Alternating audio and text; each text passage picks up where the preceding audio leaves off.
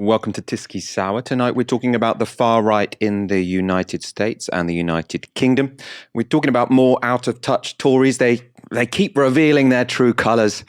And we are talking about the first footballer in the men's game to come out as gay since 1990. To discuss all this and more, I'm joined by Ash Sarkar. How are you doing? I'm very well, thank you, Michael. How are you? I am okay. I'm pretty okay. We do want to know your comments and your questions. Do tweet them on the hashtag TiskySour or put them in the comments box. On Saturday, a teenage white supremacist opened fire on a busy supermarket in a black neighborhood of Buffalo, New York. 10 people were killed, and he live-streamed footage of the atrocity on Twitch, according to Buffalo's police commissioner. He exited his vehicle. He was very heavily armed. He had tactical gear. He had a tactical helmet on. He had a camera that he was live streaming what he was doing. Before the killings, the shooter, 18-year-old Peyton Gedrow, had posted a 180-page manifesto online. In it, he made his beliefs clear. The white race in traditionally white countries is under threat, being deliberately and systematically driven to extinction as they are replaced by non-white immigrants who have more children more quickly. This is the racist great replacement theory, and it is pretty popular. This is Ben Crump, the attorney for the families of the victims. There is no question about his intentions. And just like America responds to terrorism, America needs to respond to this act of bigotry, racism, and hate as a terrorist act. You know, so often we try to explain things away when you have young white mass murderers kill innocent people. But there is no mistaking Attorney Urbano about his actions. In that manifesto, he made his intentions clear. He went to Tops Supermarket here in Buffalo, New York, in this predominantly African-American community with the objective to kill as many black people as he could. That was his objective. And so we need to make sure that the world knows that we have to respond to this act of terrorism. We intend to not only hold accountable this sick, depraved monster for his hateful act, but we intend to hold those responsible for the root of the hate.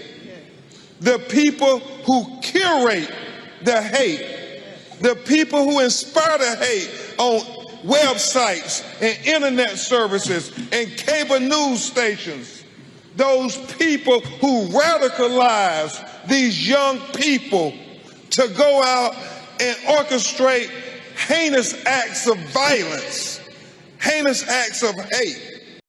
There are plenty of those enablers and curators out there. The Great Replacement theory originated with the French white nationalist Renaud Camus around 2010, and it has since spread across Europe and the United States. No longer a fringe view, it has become commonplace on the mainstream American right, including America's most watched news anchor, Tucker Carlson of Fox News. Now, I know that the left and all the little gatekeepers on Twitter become literally hysterical if you use the term replacement, if you suggest that the Democratic Party is trying to replace the current electorate, the voters now casting ballots, with new people, more obedient voters from the third world. But they become hysterical because that's what's happening, actually. Let's just say it, that's true. If this was happening in your house, if you were in 6th grade, for example, and without telling you, your parents adopted a bunch of new siblings and gave them brand new bikes and let them stay up later and help them with their homework and gave them twice the allowance that they gave you, you would say to your siblings, I think we're being replaced by kids that our parents love more. And it would be kind of hard to argue against you because look at the evidence. So this matters on a bunch of different levels, but on the most basic level, it's a voting rights question. In a democracy, one person equals one vote. If you change the population, you dilute the political power of the people who live there. So every time they import a new voter, I become disenfranchised as a current voter. So I don't understand why we don't understand this. I mean, everyone wants to make a racial issue out of it. Ooh, the white replacement theory. No. This is a voting rights question. I have less political power because they're importing a brand new electorate. Why should I sit back and take that? The power that I have as an American guaranteed at birth is one man, one vote, and they're diluting it. No, they're not allowed to do that. Why are we putting up with this? That type of rhetoric is a common feature of that show, as the New York Times reported at the end of April. In more than 400 shows the newspaper analysed, Carlson evoked the idea of forced demographic change through immigration and other methods. So this is being repeated over and over again. And those views are also present in Congress. Congresswoman Marjorie Taylor Greene won her seat after promoting a video that claimed an unholy alliance of leftists, capitalists, and Zionist supremacists has schemed to promote immigration and miscegenation with the deliberate aim of breeding us out of existence in our own homeland. But focusing only on America can make it seem as though the Great Replacement theory doesn't get airtime here, and it most certainly does. Douglas Murray is an associate editor at The Spectator, a magazine formerly edited by Boris Johnson, our current Prime Minister. Murray made his name with this book. It's called The Strange Death of Europe, Immigration, Identity, Islam. And reviewing it for The Intercept, Murtaza Hussain wrote, "If you're curious what the book is about, the entire argument is helpfully summed up in the title. Europe is dying, being murdered, in fact, by hordes of Muslim immigrants, aided in their task by craven liberal politicians. As Murray describes it, insufficiently harsh border policies have opened the gates to migrants bent on committing no lesser crimes than mass rape and indiscriminate murder. Meanwhile, white Europeans, exhausted by their own history and driven into moral relativism by the decline of the Christian faith, are slowly being replaced by an implacably hostile and alien population of foreigners." As well as his association with The Spectator, Murray regularly appears on the Murdoch-owned Talk TV and pens comment pieces in the Daily Mail, which makes it surprising the Mail wrote this about the shooting in Buffalo. "The young man posted a 180-page manifesto online before the shooting espousing the paranoid white supremacist views that whites were being replaced in America by people of colour." Another regular at The Spectator is Lionel Shriver. Last year, she penned a piece with this headline: "Would you want London to be overrun with Americans like me?" So she's trying to say this is not about race. And then let's look at the content of that article. "More than a third of UK births now involve at least one foreign-born parent. In parts of London, 80% of births are to foreign-born mothers. Unsurprisingly, then a third of British school children are already from ethnic minorities. In 20 years, ethnic minority children will constitute more than half the students in state schools. As of 2018, 90% of immigrants were under 45. That means the ethnic transformation of the UK, whose white population is far older, is destined rapidly to accelerate." There it is. The ethnic transformation of the UK is something to worry about, though we're never told exactly why. As well as a column in The Spectator, Shriver is regularly published in The Telegraph, and this is how they reported on Buffalo. So they said, "The gunman was linked to an online racist manifesto promoting white supremacy and espousing hateful claims that white Americans were at risk of being replaced by people of colour." Now, change the location, and you get a pretty spot-on description of the Shriver passage I just read you, right? Ash, I want your comments on this. British newspapers, are they just missing what is right in front of their eyes? No, they're not missing what's right in front of their eyes. British newspapers offer an absolute masterclass in venality and hypocrisy. So it is convenient to condemn very egregious acts of violence, all while contributing to a media environment where acts of violence like that are more likely to potentially happen. They have a stochastic effect. I'd like to read you two more quotes from that Lionel Shriver piece, if that's okay. So excuse me for reading them off my phone, but I think that that really gives you an insight into just how ugly this ideology truly is. In this article, she wrote that the lineages of white Britons in their homeland commonly go back hundreds of years. Yet for the country's original inhabitants to confront becoming a minority in the UK, perhaps in the 2060s, with any hint of mournfulness, much less consternation, is now racist and beyond the pale. I submit that prescription is socially and even biologically unnatural. She goes on to write, for Westerners to passively accept and even abet incursions by foreigners so massive that the native born are effectively surrendering their territory without a shot being fired is biologically perverse. Now, that creates the impression of there being demographic warfare, that what's happening is that wholesale, the white British population is being replaced by immigrants, they're having babies, and therefore white British culture is obliterated. And that is a view that is shared by Douglas Murray, and he does the very same thing that Lionel Shriver does. First, he starts talking about immigration status, foreign-born nationals, and then he starts talking about those born to foreign-born nationals who, in British law, are British people. I'm British. It doesn't matter that my grandmother came here in 1953 and 1954. I'm British. But according to the likes of Douglas Murray and Lionel Shriver, because I've got immigration somewhere in my background, because I can't trace my heritage in this exact place for hundreds of years, I'm contributing to some kind of demographic war. And if that's the way you see it, where people living their lives, forming a community, going to school, going to work, assimilating, integrating, falling in love, having families, doing these things which make us human. If you see all of those things as a demographic war, the surrender of territory without a shot being fired, in Lionel Shriver's words, you can't be surprised when somebody does pick up a gun and decide to start firing, because that is the logical endpoint of that worldview.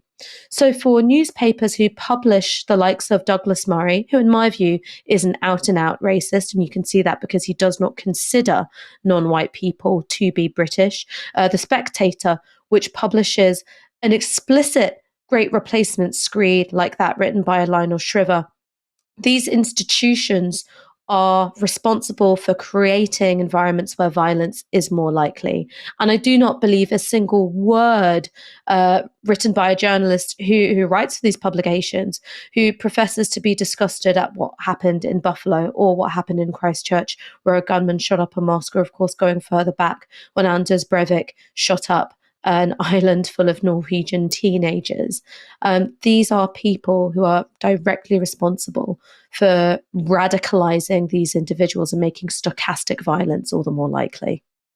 We should make clear, obviously, it is important to say that by no means are any of us trying to suggest that these people wanted these violent acts to happen. But I think the point you're making, Ash, very articulately is that, the ideology underlying this is made respectable in these kind of publications.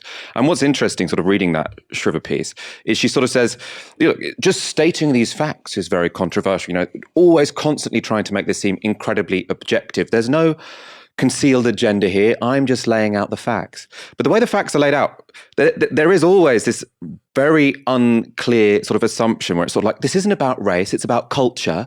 And what we're talking about is British culture being, diluted, or I think that was what Carson was saying, sort of the British electorate being diluted. But then they switch between race and culture. So it's sort of, the issue is this isn't race, we're not talking about race, but then the stats they use are always about ethnic minorities. And just as you say, you're as British as me, although biologically, according to Shriver, I'm supposed to biologically relate more to the white people in the Novara Media team than the non-white people in the Novara Media team. And that's just stating an objective biological fact. I mean, it's I mean, I don't want to say these people are Nazis. I cannot, I don't want to cast those kind of aspersions about particular individuals. But I mean, this is quite extreme stuff, isn't it? Well, look, the connecting of homeland to race is an explicitly Nazi ideology. Now, I'm absolutely certain that all of these individuals would say, how dare you try and connect us to the ideology of Nazism? See, this is why no one can have civilized debate anymore. But, if you're using words like homeland, if you're talking about, genetic belonging, going back, into time immemorial, and you're saying that has to be defended against the foreign born and the descendants of the foreign born, well, an awful lot of Nazis are going to like what you have to say. And somebody who I think you see this with is Melanie Phillips. Now, she was quoted directly by the Atoya shooter, Anders Breivik, and she gets very, very angry when you point this out, that one of her articles was lifted and quoted wholesale in a mass shooter's manifesto. And she'll say things like, well, I'm not responsible for that. How could I possibly be? I, of course, condemn this act of violence. I'm sure she does condemn the act of violence because it must be very uncomfortable knowing that you have contributed to the radicalization of a violent racist and that you might not be violent yourself, but people who are seem to like what you have to say. The cost of living crisis is proving a disaster for people struggling to make ends meet, but it's also proving awkward for a number of Tories who just can't help but reveal themselves as heartless ghouls. So far, we've had a gallery of feckless ministers and MPs telling us we should learn to cook and budget, that we should buy non-branded food, that we should turn the heating off, and that we should get off benefits and into work. And now we can add Home Office Minister Rachel Maclean to the group of top Tories showing their true colours. Appearing on Sky News, Maclean had this piece of advice. But over the long term, we need to have a plan to grow the economy and make sure that people are able to protect themselves better, whether that is by taking on more hours or moving to a better paid job. And these are long term actions, but that's what we're focused on as a government. You know, some people are working 3 jobs. They're working every hour that God sends them. And they're still going to food banks to get food because they can't afford to feed their kids. You know, so it's not as straightforward as that, is it? No, and of course it's not. And I'm not suggesting that for one moment. But we have often heard in the past when people are facing problems with their budgets that one of the obstacles, and it may not be for everybody, one of the obstacles is about being able to take on more hours or even move to a better paid job. And of course, it's an individual situation depending on that particular family's situation. But that's why the job centres exist. That's why the work coaches exist. That's why we put the support into those job centres to work with individuals on their own individual situation. So it may be right for some people, they may be able to access additional hours, but of course it's not going to work for people who are already working in 3 jobs. And that's why we need to have the other measures in place, such as the all the help that we're putting into the schools, the help with the local authorities, help and support that I've already mentioned. And these are where we're going to target the help where it's most needed. I know my suggestions won't help in the short term, and that's why we're introducing funding in schools and supporting local authorities. It was not very convincing, and that's for good reason. School funding has little to do with an immediate cost of living crisis, however important it might be. And even if it did, the Tories would have no reason to brag. As you can see from this graph from the Institute for Fiscal Studies, per pupil funding in the state sector fell from 2010 onwards. It's gone down from £8,000 per pupil in 2010 to £7,000 in 2021. In yellow on this graph, it's an important comparison. You can see per pupil funding in the private sector. That's continued to increase. That means the difference in resources available to state and private pupils has doubled from £3,100 in 2010 to £6,500 now. That's what she's bragging about. The other thing Maclean mentioned was support for local authorities. We can assume here she's talking about the Household Support Fund, which provided local authorities with £500 million to help Britain's poorest households. Unlike everything else the minister spoke about, this is actually a policy that is at least relevant to the cost of living crisis, but it also happens to be completely inadequate. The Observer reports that the scheme has been unavailable for months in many parts of the country because councils ran out of money in the face of surging demand. The Tories have now allotted another £500 million for the scheme, but Britain's leading anti-poverty charity says this won't be nearly enough. According to Katie Schmucker from the Joseph Rowntree Foundation, the support available from these sorts of schemes is useful for a one-off emergency, if your fridge breaks and needs to be replaced, for example, but they are not suited to dealing with a persistently inadequate income. The crisis we're facing is a result of very low incomes among the least well-off, as prices are rocketing but benefits are nowhere near keeping pace. These schemes have not come close to meeting the scale of the ongoing challenge.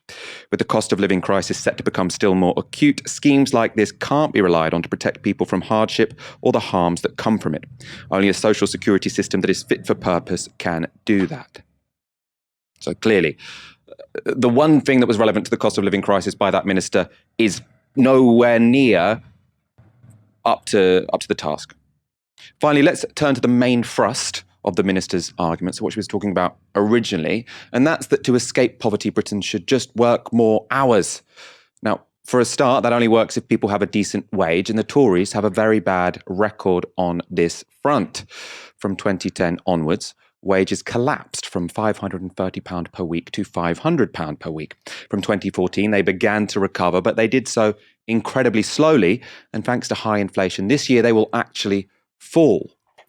And crucially, we might ask why, even if we had decent wages, which we don't, we would aspire to working longer hours. Maclean is, of course, the Minister for Safeguarding, who in that very clip accepted that many people are working 3 jobs. That's not good for anyone.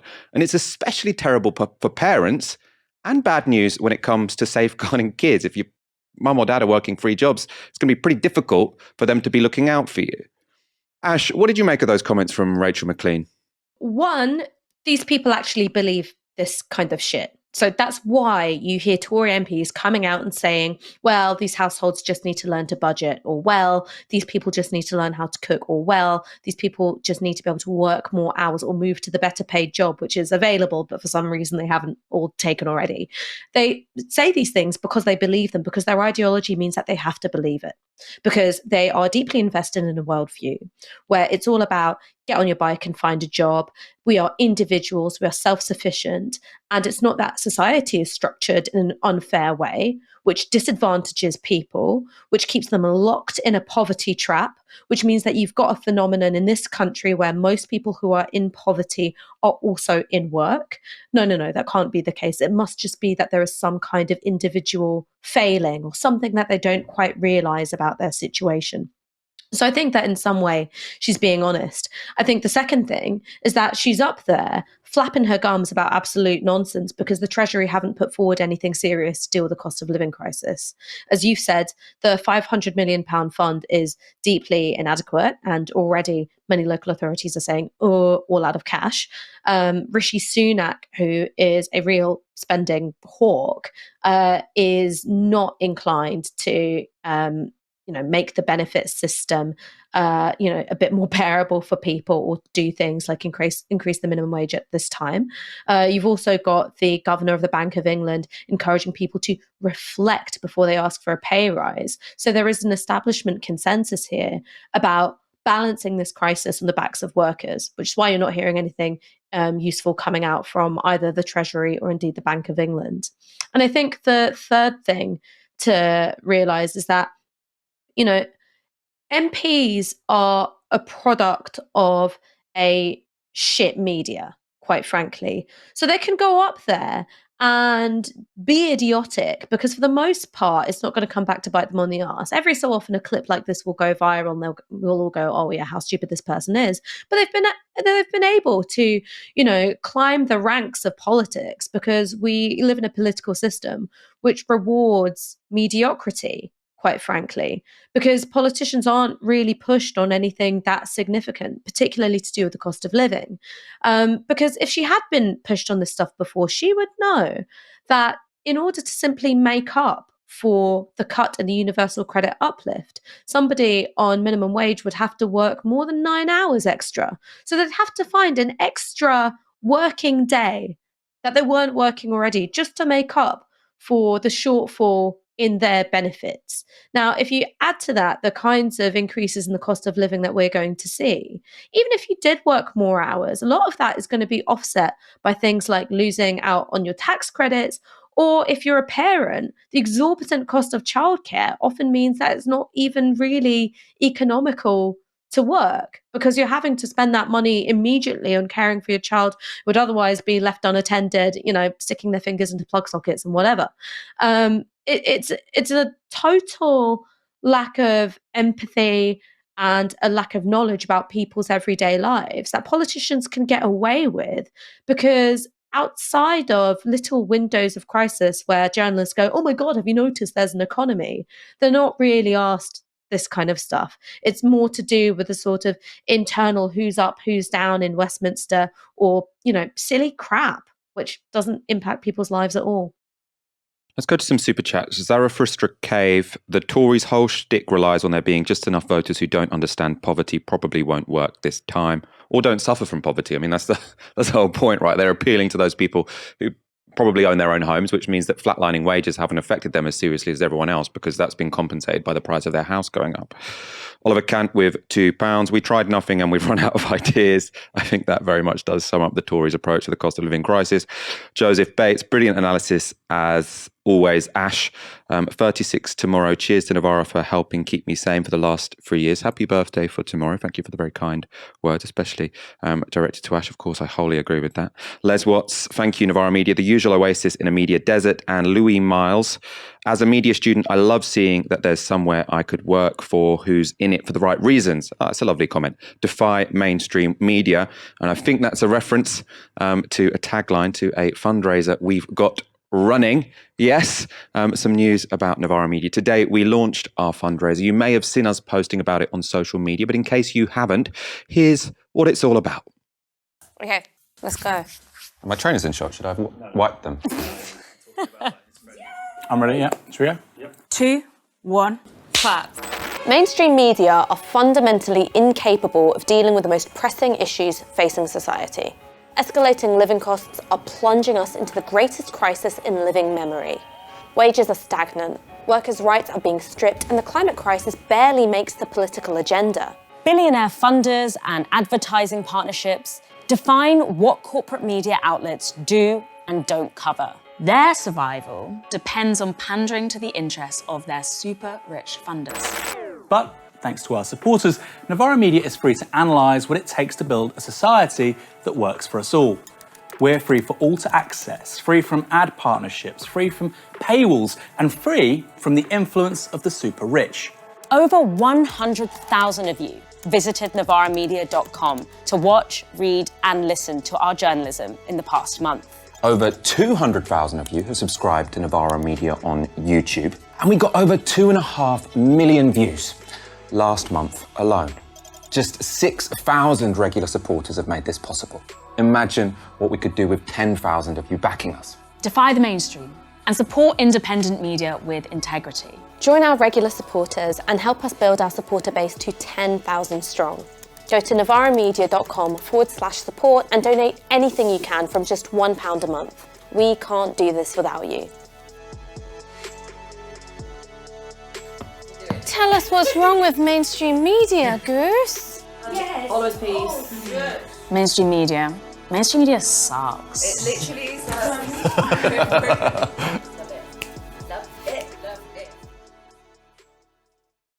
Always end fundraising videos with dogs. It's what we've learned from the charity sector. I think that's how it works. To state the obvious, we are running a fundraiser. We're really excited about it. As we said in that clip, we currently have 6,000 paying supporters.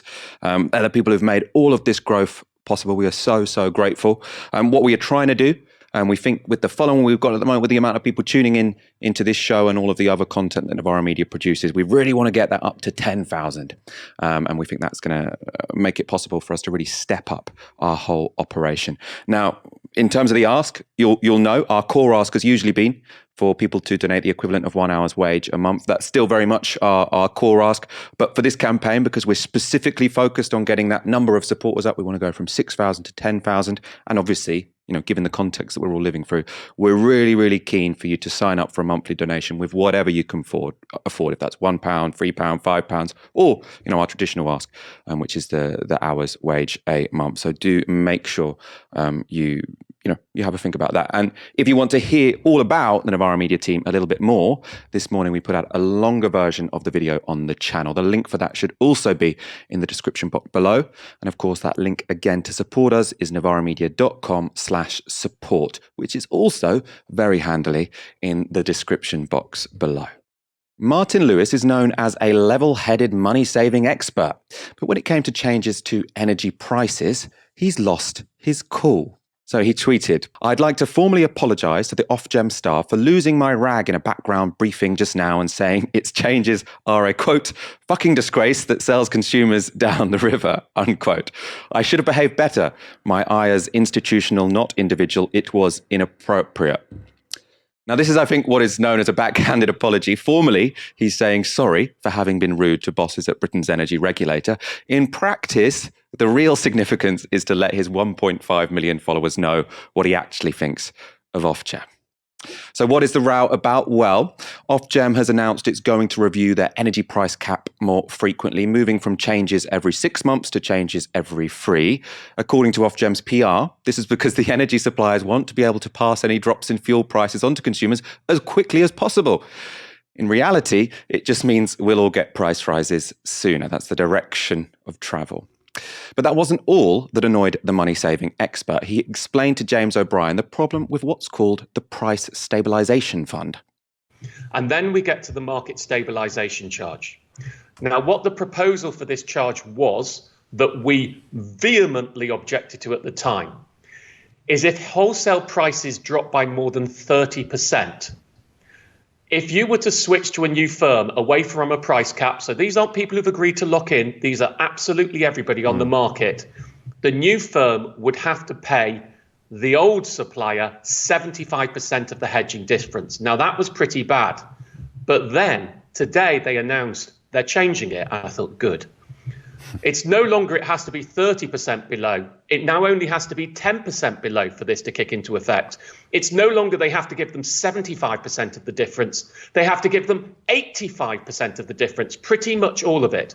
And this was to prevent consumers from the effects of harmful competition. By harmful competition, they mean cheaper prices. To prevent consumers suffering from the ill effects of having cheaper prices. What that announcement does is effectively curtail any hope that if wholesale prices drop, firms will be able to offer cheaper deals for consumers who are able to switch. I was absolutely flabbergasted. Martin Lewis was clearly riled up there, but I have to admit, looking through this today, the policy is quite confusing. The gist of it is that Ofgem want to reduce competition in the energy market by forcing cheaper suppliers to compensate more expensive suppliers when they nick their customers. Now, this is presumably to stop more suppliers going bust, but given the whole point of having a privatised energy market was supposed to be that competition would lower prices, it's hard to see what consumers gain from any of this. Again, that's a point Lewis appears to understand well. There's two ways to run an energy market. You either embrace competition or you nationalise or you regulate prices. I'm pretty agnostic as to which way we do it. Right. But if we're going to try and have a system as we do, which is based on competition, we've just had our regulator who's charged with helping consumers and competition effectively kibosh any hope of cheaper prices. What they haven't done is look at the standing charge that they've inflated. That means people who try and cut their bills by reducing usage only have a minimal effect. They haven't lowered the prepaid customers, the poorest in the country, their price cap to be the same as everyone else. They haven't lowered the charges for those who pay by monthly bills, which are the most expensive and include many elderly people, to be the same as direct debit. It is an absolutely flabbergasting. Now, I was wrong to swear at them in a meeting and to call them a disgrace, because that was unprofessional when talking with individuals. But institutionally, it is a disgrace. They are selling consumers down the river, and I call on the politicians of all parties, do not let the regulator do this. Your regulator, charged with protecting consumers, is instituting policies in the middle of a cost of living crisis where people may well die because they cannot afford to pay their bills, that effectively restrict competition and keep prices artificially high when it is unnecessary to do so. And that cannot be right. And that is the reason I lost my rag this morning. I have more reading to do, but that is my initial reading of the situation. Now, that was a pretty impassioned intervention. He's listing all the useful things a regulator could do. So that's like stopping energy companies discriminating against poorer households who can't afford direct debits, and saying instead of doing this, they just protect the big firms, the opposite of what a regulator should be doing. Ash, your take on Martin Lewis losing his rag and then going very public about it? I think that Martin Lewis has done something very, very smart. Now, this is just a theory, but hear me out and you can let me know if this sounds plausible to you. The changes that Ofgem have introduced are very technical. Now, usually that would be relegated to, a kind of little paragraph like this in, some of the business sections of the newspapers. So unless you're really, making it through to some of the deeper cuts of, the Financial Times, most people wouldn't be aware of there essentially being a sort of price fixing deal by the energy regulator, which will be to the benefit of energy companies and to the detriment of consumers. Most people probably wouldn't know about that. So by kicking off the day by going, Alyssa, I'm sorry I called you a gap tooth bitch. It's not your fault you're so gap tooth. Martin Lewis has created a newsy line, and it's the kind of thing that producers for talk radio stations, for news channels would be quite interested in. It's something which would get some newspaper coverage as well, because the money saving expert is somebody who is very genteel in certain ways. All right. There's somebody who's on the side of the consumer, not explicitly political. So by sort of packaging it as a little bit of a scandal story, whilst also apologizing so he doesn't appear as someone who is gratuitously rude or aggressive or discourteous, he's able to claim some broadcast time and some newspaper inches to take this story, which would otherwise be quite technical and quite marginal and could fly under the radar, and making it something which can grab people's attention. And by the way in which he is talking about it, by drawing out the full significance of it, that because of this cost of living crisis, people being unable to heat their homes, people may well die, that there are alternatives that could have been pursued, that there's something politicians could do and they really should take action. He, I think, has played an absolute blinder in identifying a way to kind of game the media by using his own social media and taking something which would otherwise have been, potentially ignored and putting it slap bang in the middle of the news agenda. So great work, Martin Lewis. I just wanted to ask you one more question about that, Ash, because one of the bits that stood out to me in that interview, and one of the less technical issues actually he was raising, he's saying the things that Ofgem could be doing is stopping the energy companies charging you a higher rate, for example, if you can't set up a direct debit. And, the highest is obviously if you have to take your key to the corner shop and top that up. And I think he's suggesting that essentially the primary role of a regulator is to make sure that companies aren't discriminating against poor people. And what that reminded me of is that great video you made a while ago talking about how it's more expensive to be poor. So I wanted just to get you to sort of talk very briefly about sort of that argument that you made then, because I think it's super relevant to this. Yeah, so this was a video I did a couple of years ago now, and it was just going through some really basic commodities that everybody needs to live and saying, why are all of these more expensive if you're poor? So energy was a big one. If you're somebody who has to top up their gas and electricity meter by the key, you're on a higher tariff. But that is also a logic which extends a lot further too. So if you're somebody who can't afford to buy a house, the money that you're paying to your landlord in rent is more quite often than you would pay for the same property in the form of a mortgage. And this is how poverty traps get set up, which is if you create a sort of two-tier system where things cost one amount if you've got a degree of capital to hand, but they're going to cost another amount and a more punishing amount if you don't have that capital to hand, you're keeping people in that position of immiseration, of vulnerability. They're exploitable within the labour market.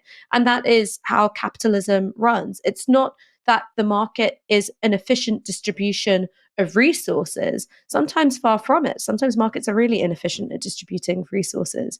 The market is also set up in such a way that it punishes you if you're at a disadvantage, and it just keeps you on the ground by extracting more money from you because you're poor than it would if you were rich. The Labour Party has a problem. By suspending Corbyn from the whip and constantly demonising him in public, they have contributed to trashing his reputation. But people's memories aren't as short as they might hope. So they'll keep being asked why, just 2 years ago, they backed this guy to be Prime Minister. That question is most pointed for people who were in his shadow cabinet, like former Shadow Health Secretary Jonathan Ashworth. 2.5 years ago, you campaigned to make Jeremy Corbyn Prime Minister. Would you now like to apologise to the British people for that? Well, I remember 2.5 years ago being caught out, expressing my opinions on what I thought would happen in that general election. Look, he was elected leader of the Labour Party. I was offered a post to defend our National Health Service and campaign on the National Health Service. I still think it was important to campaign on the National Health Service, but the British people made their judgment in the end. Against your advice. I mean, you wanted a man to be Prime Minister who your party has now decided isn't even fit to hold the Labour whip. Yeah. I mean, doesn't that require, if not an apology, which can be overdone apologies in our political culture, it surely requires at least an explanation and some contrition? Well, he was never going to be Prime Minister. The British public expressed their opinion on whether he would be Prime Minister. You told us that at the time. Well, I did actually. That was the problem. In private. I was on. I remember being in many newspapers. You would come on to shows like this and argue for a Corbyn premiership. I argued for a Labour government to invest in the National Health Service. Jeremy Corbyn was your leader. I mean, the reason, look, it's historic. I understand that, but it is some resonance because it is to do with trust. You know, Boris Johnson clearly has huge trust problems. Yeah. But if you campaign for Jeremy Corbyn and it's clear you didn't really mean it, that's a trust issue. And I would ask you just to look at this. If Mr. Corbyn had become Prime Minister, which you campaigned for, you really think that Britain would have rallied the West against Russia in Ukraine, been in the vanguard of arming Ukraine, would have encouraged Sweden and Finland to join NATO? Do you think any of that would have been done by Britain under Mr. Corbyn? But Jeremy Corbyn wasn't going to be Prime Minister. The polls showed that consistently. And I wanted to help Labour MPs get across the line and not lose their seats. And sadly, many of them lost their seats in that general election. We went down to our worst defeat since the 1930s. Many good people lost their seats who didn't deserve to lose their seats in that general election. Jonathan Ashworth there was referring to a leaked tape published by right-wing website Guido Fawkes in 2019. Ashworth had told a Tory candidate that Labour wouldn't win that election, so he needn't worry what Corbyn would be like as Prime Minister. This is what Ashworth said at the time after that tape was leaked. If you leak it to Guido Fawkes, of course it makes me look like a right plonker. But it's not what I mean when I'm winding up a friend, trying to sort of, pull his leg a bit, as it were. So hang on, let's be clear. When you said the party effed it up when they failed to get rid of Corbyn, you didn't mean that either? No, I'm pulling his leg because he's saying stuff to me, saying, why don't you get rid of him? And do you think Jeremy Corbyn is a threat to national security? No, of course I don't. Of course I don't. And he makes this ridiculous comment to me about... I can't tell what you mean and don't mean anymore. Well, I'm joshing around with somebody who I thought was an old friend who's now leaked it to Guido Fawkes, an old friend who I, as I say, have known for many years. He's a Tory and we've always had a bit of banter together. I never expect him to do, but I'm winding him up, I'm teasing him. He's been winding me up, saying, oh, everyone at CCHQ thinks it's going to be really close, Corbyn's going to win, and all this sort of stuff. And we're joshing around with each other. But he's obviously is in a panic, because he thinks the Labour Party is going to win, which is why he's leaked our jokey conversation. What a pathetic, dishonest man he is. Ash, your comments on Jonathan Ashworth. What did I just say about this political system rewarding mediocrity? I mean, do you look at Jonathan Ashworth and you go, well, there's a stellar communicator. There's a real political talent. There is somebody with absolutely ruthless clarity, strategic genius. No, you don't say any of those things. But even if you're not especially talented, the one thing that you can be is honest. All right? That's easy. That's something everyone can do. You know the difference between the truth and a lie. And he can't even do that. And hearing him talk to Andrew Neil, to be honest, I don't think either one of them come out particularly well. Because I think if you're in this moment, 2022, there's a cost of living crisis that's only going to get worse. And you're talking about, Jeremy Corbyn in 2019. I don't think that you're either a serious political journalist and you're also not a serious politician if this is what you're choosing to focus on.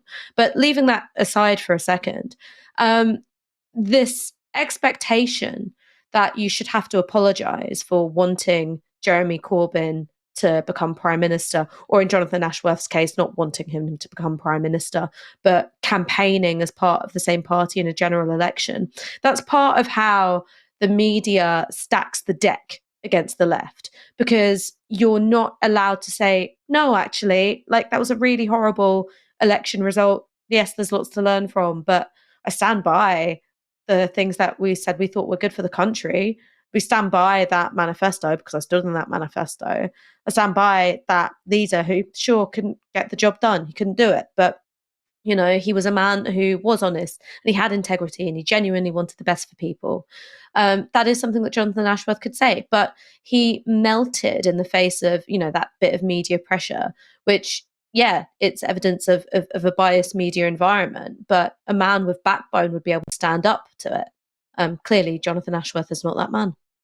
I mean, it's not just that interview, is it? That the whole strategy of the Labour Party, which I think is a flawed one, is to, you know, not in any way defend Jeremy Corbyn as, you know, someone who would have been a decent Prime Minister, who led their party just 2.5 years ago and who they tried to make Prime Minister, to say, yes, we disagreed, but he would have been far better than Boris Johnson, etc., right?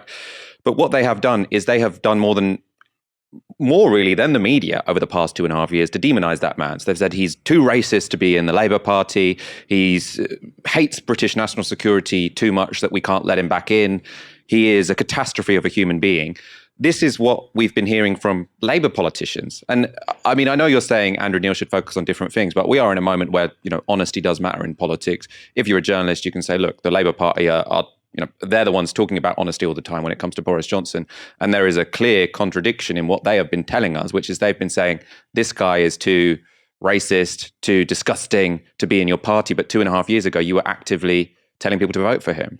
And I just think Jonathan Ashworth, I've got a story actually about Jonathan Ashworth and this situation, because after that happened, after that leak happened in Guido Fawkes, I got a call from Jonathan Ashworth, and it was quite strange. You know, he called me on my mobile because I don't think we'd ever really had a conversation before, maybe like bumped into each other once at Labour Party conference.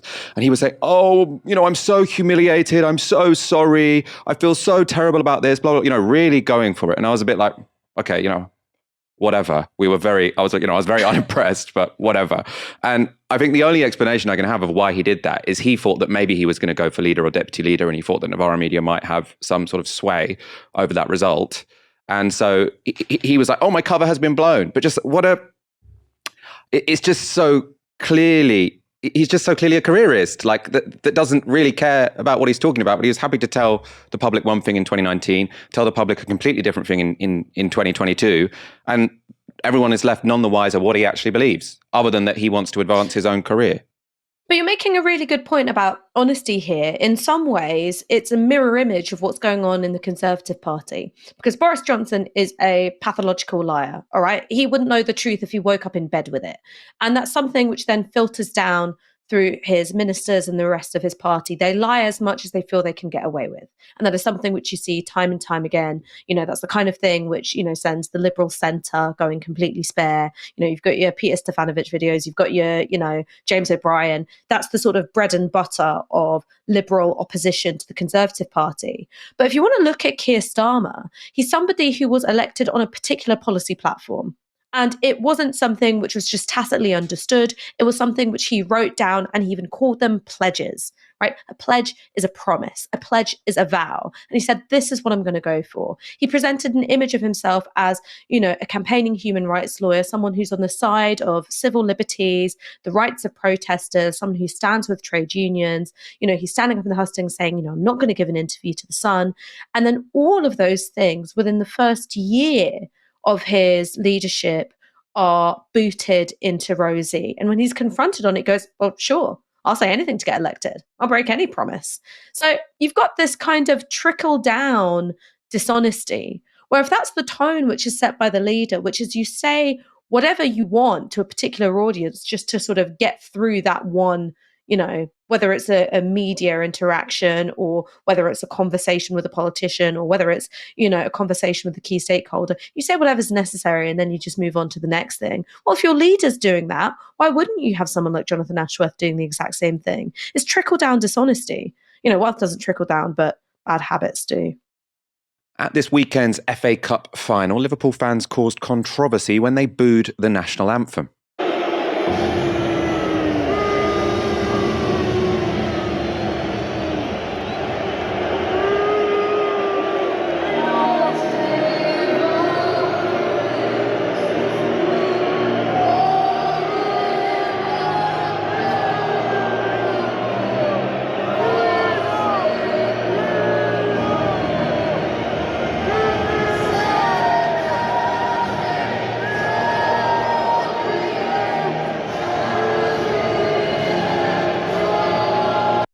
Liverpool fans also booed Prince William. February.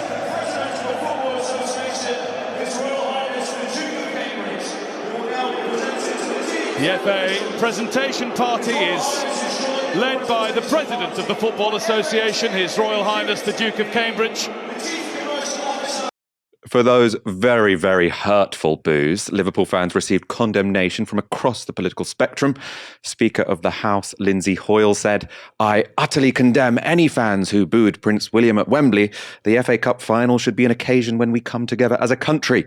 It should not be ruined by a minority of fans' totally shameful behaviour in this year of all years, the Queen's Platinum Jubilee. This is dreadful. How could they, in her special year, boo her son? Outrageous. And her theme tune. They booed her theme tune." Leader of the Lib Dems, Ed Davies, said this: "We have the most wonderful monarch, and those fans who booed do not represent their clubs or our country." Now, what Ed Davies knows about Liverpool fans, I don't know, but he seems to think he has the right to speak for them. Former Tory Culture and Sports Minister Karen Bradley had the most extreme response. "It is utterly unacceptable and disgraceful that fans booed Prince William. I would urge the FA to take all necessary action and pursue those responsible. No more football matches for you bastards booing the Royals. Never again, never again." Liverpool's manager, Jurgen Klopp, was more understanding. Yeah, of course I had thoughts, but I think in these situations, it's always the best to ask the question, why does it happen? So I know our people that well that they wouldn't do if there's no reason for it. And I'm not here, maybe not long enough, for sure not long enough to understand the reason for it. It's for sure something historical, and that's probably a question that you can answer much better than I could ever. These are wonderful. Our fans, and I know few fans from other clubs see that slightly different, but are the majority of our supporters are wonderful people, really smart, and all these kind of things, understand, go through lows, go through highs, suffer together, all these kind of things. They wouldn't do it if there would not be a reason. That's what I know, and maybe we should ask this question. Jurgen Klopp putting all of our elected politicians to shame. Ash, your take on Liverpool fans booing the national anthem? Well, look, it's kind of part of the club identity in the sense that Liverpool as a city and Liverpool as a club hasn't been well treated by the establishment, right? So going from the managed decline era to everything that happened in terms of the Hillsborough disaster and the media coverage of it, there are lots of reasons for people who feel an affinity for the club and for the city to feel a very deep sense of alienation and separateness from the rest of the country, from England and the English establishment and elite. And that's not just something which is born out of the sort of traumatic events that I've just named, but it's also a source of pride. So one of the things that I think could probably bring the sort of like North London beef to an end is the fact that so many people in Liverpool are proud of saying Scouse, not English. And I'm like, yeah, London, not English. And it's a really strong sense of identity, and it is wrapped up in the club identity. And Jurgen Klopp is right not to distance himself from it. And one of the things which I find really annoying about like all the politicians and the pundits weighing in and, you know, clutching their pearls is who does this harm? I mean, who does this harm? It's not like booing players taking the knee, which is a symbol of anti-racist solidarity. It's not like racist chanting or monkey noises or throwing bananas. I mean, like the royal family, like being a monarch is not a protected characteristic. That's not what the M in BAME stands for. You know, it's something which is, I think, as much a part of British culture expressing hostility to the royal family as it is to celebrate it. So just this like pearl clutching and, Lindsay Hoyle coming out and condemning it. I'm just like, oh my God, get a grip. Why would you want to sanitize terrace culture? And specifically, why would you want to make club culture subordinate to national culture? That kind of defeats the point of club football. And what's more, all of you people are nerds. It's just so annoying. Can you imagine? I mean, obviously, I don't go to many football matches anyway, but I'm sort of just imagining going to like an FA Cup final and everyone being Ed Davey. It being just like the most boring hour, 45 minutes of your life. Let's talk briefly about the big football story from today. So 17-year-old Jake Daniels has come out as the first openly gay footballer in the men's leagues since Justin Fashanu did in 1990. Now, obviously, that's an enormous amount of time. It's been 32 years. And I think probably one of the reasons why it's been such a long time is because the Justin Fashanu story ended really, really tragically. Could I get you to talk about what today's coming out means and how it connects to those, I suppose one of the darkest stories really in sort of modern British football? I mean, it's hugely meaningful. There hasn't been an out gay player since Justin Fashanu. You did have a Leeds United player who came out after he retired, and then he joined another team and played for a bit more, and then he retired again. But the idea that you would do what this young man has done, which is to come out really at the beginning of your playing career, where you still have, your whole career in front of you for club, maybe even, a national call-up as well. It really is truly courageous, because you would think that, you'd have some out footballers just statistically, but I think that the Justin Fashanu story does cast a really long shadow, because what happened in the 1990s was that Justin Fashanu was subject to a tabloid whisper campaign before he came out. And it was something which was sort of known, and he was kind of, I guess, always on the edge of being outed. And in the end, he gave an exclusive to the Sun newspaper where he came out, but also I think due to pressure from the paper itself, spiced it up with a lot of titillating details, including, I had sex with a married Tory MP and things of that nature. And what happened after that was that his professional career was essentially killed. Despite being kind of in the prime of his life, in the prime of his playing career, he never got another full-time contract. Afterwards, he moved to the States. There was an allegation of sexual assault made against him. He came back to this country and he committed suicide. He committed suicide having been, denounced roundly by other people in football. He was treated absolutely atrociously by someone who's considered a socialist football hero, Brian Clough.